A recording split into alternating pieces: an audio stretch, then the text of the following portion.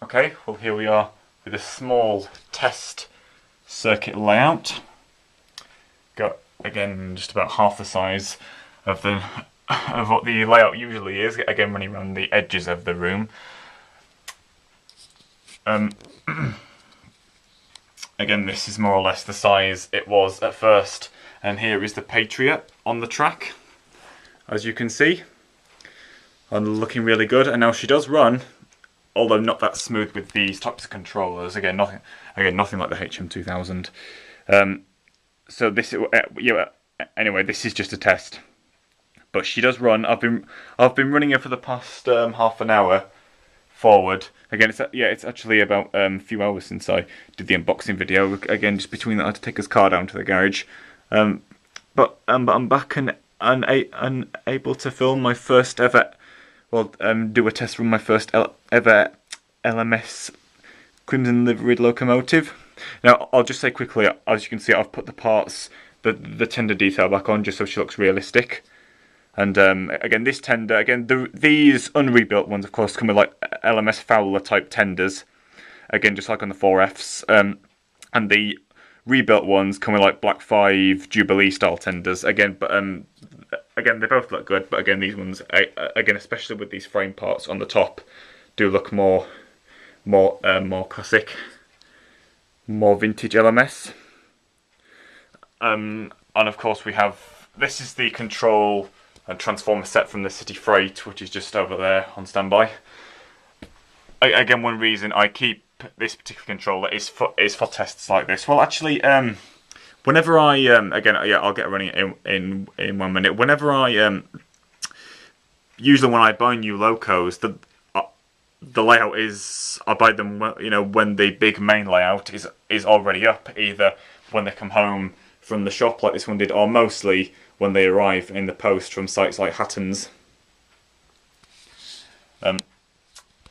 But since it wasn't up on this occasion, just a small setup like this, so we won't be looking at low speed smooth running, really, just higher speed smooth running, because there's not much chance with these.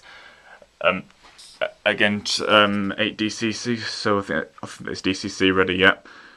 On just one more thing, these are third radius curves, and I'm pleased to report that she does navigate these round fine with the tender being in the first hole, and with the two end flaps making contact with each other there. The local one resting on top of the tender one. She makes it around third radius fine, so she'll obviously make it round fourth radius. Good, well, of course, even better. But one good thing about, since that you have to couple her to the, couple tender into the closest hole, is that, the majority of Bachmann loco, well, all of the Bachmann locos I have which have this coupling, again, of course, as I said in the unboxing review, have to be coupled to the outer hole to fit in the box. But since this one's, that means most of the time I run them, they're able to run with the tender close in the closest hole. But that means, getting them out of the box, uncoupling the tender, and then coupling it, closer, and then coupling it on the outer to put them back in the box. But the good thing about this is that I don't really need to uncouple her from her tender, from getting it out of the box or putting it back in, unless I really have to. So that's one good thing. But it's just strange the way it's the only one I've ever owned, out of which have these coupling devices, which is like that. So let's see how she runs. Again, I'm sitting in the middle of the layout, so not of the small one, so not the most comfortable of positions. We'll get some better and more comfortable ones once the big layout is up and she's running on that. Yeah, again, it's her first run, really. And running with these, I'd say most of my locos started disliking these more and more. Let's just get her up to.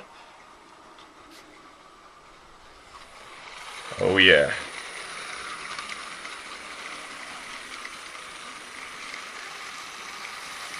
Again, I'll try and get the best shots I can, despite being a bit crammed in. But again, it's only a test layout. This. There she is. There is LMS 5541 Duke of Sutherland running.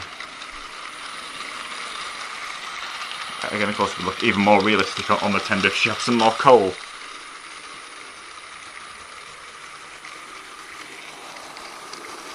Just get to more or less, well, sort of running in speed. Well, what's sort of suitable here for me.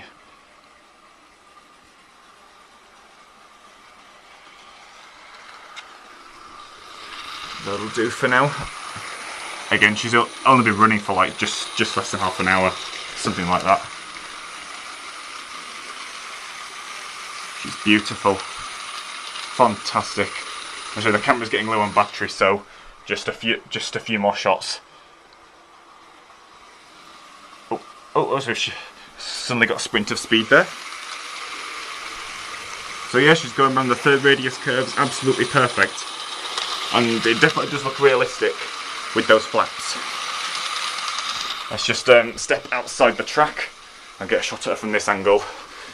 I'm praying the battery doesn't die. Hopefully it won't. It's only recently just gone down onto the red, and you've still got this type of car where you've still got a fair bit of time left. Well, I mean, it was red when I played the 33-minute long video earlier. Again, so the unboxing video I did of her was definitely the longest one I've ever done, but it's special because it's unboxing, you know, a beautiful looking engine, and of course a first ever LMS liveried locomotive.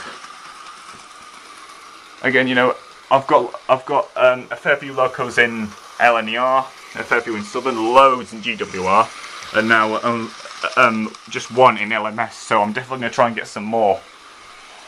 Probably, maybe, possibly the Duke of Sutherland next. The Duchess of Sutherland. This is the Duke of Sutherland, so I'll have to get the Duchess next.